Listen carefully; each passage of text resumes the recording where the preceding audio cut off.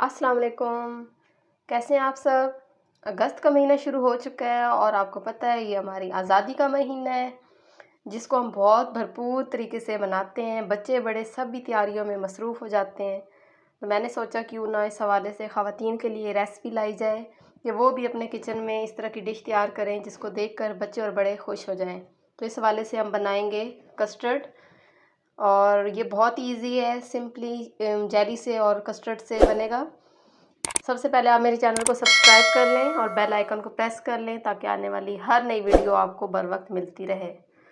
एक बर्तन में आप पानी शामिल कर लें और इसमें जेली डाल दें ग्रीन कलर की, और इसको हम पका लेंगे अच्छे तरीके से ताकि इसके जो क्रिस्टल्स हैं वो मेल्ट हो जाएं और ये पकना शुरू हो जाए।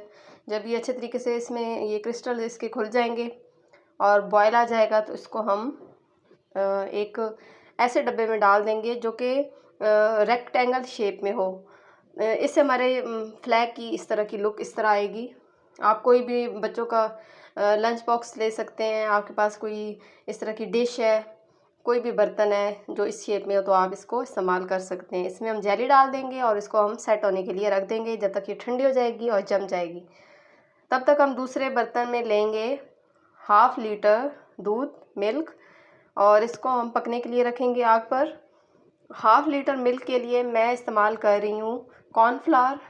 सफ़ेद कलर का हमें कस्टर्ड चाहिए तो इसलिए मैंने इसमें कॉर्नफ्लावर इस्तेमाल किया है।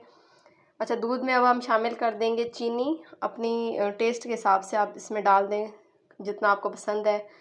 आधा कप दूध में मैंने डाले हैं 4 टीस्पून कॉर्नफ्लावर। मैं टीस्पून यूज़ कर रही थी तो इसलिए आप टेबल स्पून से 2 टेबल स्पून कॉर्नफ्लावर के शामिल कर देंगे और अच्छे तरीके से मिक्स करके रख दें। इतने में जब इसमें दूध में बॉयल आ जाएगा तो आपने इसमें शामिल कर देना है कॉर्नफ्लावर वाला दूध, और थोड़ा सा पहले डालेंगे तकरीबन आधा, और इसको विस्क की मदद से अच्छे तरीके से पकाएंगे। आपने थिकनेस चेक कर लेनी है, जितना आपको चाहिए हो। अच्छा खासा ये थिक होगा, तकरीबन ये पूरा चला जाता है, इसमें 2 टेबल स्पून पूरा जाएगा इसमें। और विस्क की मदद से आपने इसको अच्छे तरीके से पकाना है ताकि इसमें लम्स ना बने। और इसको हम अच्छे तरीके से चेक कर लेंगे। अब थिकनेस चेक कर लें और इसको हम ठंडा होने के लिए रख देंगे। एक सादे से पेज पे, साफ़ पेज पे हम चांद सितारा कट लेंगे ड्रा करके और कैंची से काट लेंगे।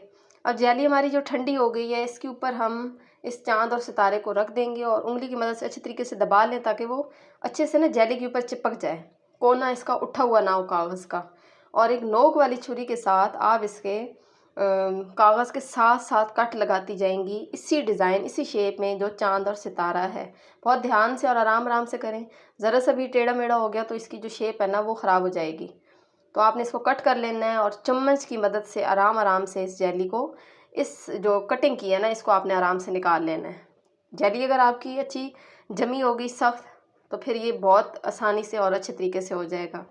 कस्टर्ड ठंडा हो गया है तो अब हम इस जेली के ऊपर इस कस्टर्ड को डाल देंगे और जितनी लेयर है आपकी जेली की उतनी लेयर ही आप इसके ऊपर कस्टर्ड की डालें। ज़्यादा ऊपर मतलब ओवर ना करें, जितनी लेयर जेली की है उतनी आपने कस्टर्ड की डालनी है और इसको ठंडा होने के लिए फ्रिज में रख देंगे।